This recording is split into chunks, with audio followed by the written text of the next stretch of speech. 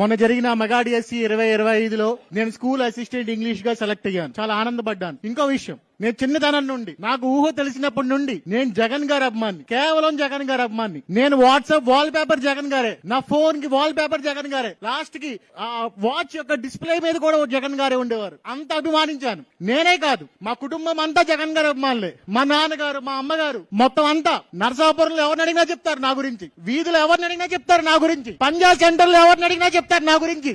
నేను ఆ అబ్బాయి జగన్ గారి పిచ్చాభిమాని అని చెప్తారు. మీరేమన్నారు? వాళ్ళంతా సామాజిక వర్గానికి ఇచ్చేశారని చెప్పారు. నేను ముస్లిం సామాజిక వర్గం చెందిన వాడిని. ఆ సామాజిక వర్గం కాదు, పోనీ తెలుగుదేశం అభిమాని కాదు, తెలుగుదేశం కార్యకర్తని కాదు. అయినా మనకి ఉద్యోగం వచ్చింది. నీ అభిమానికి ఉద్యోగం వచ్చింది. ఇంతకంటే పారదర్శకత ఏంటి? ఇంకెంతకంటే ఏంటి?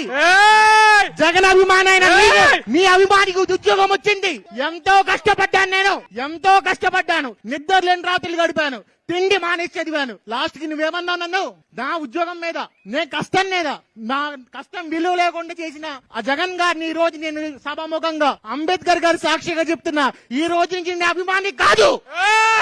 ఈ రోజు నుంచి నేను అభిమాని కాదు. నాకు ఉద్యోగం ఇచ్చిన సిబిఐనే నాకు దేవుడు ఈ రోజు నుండి.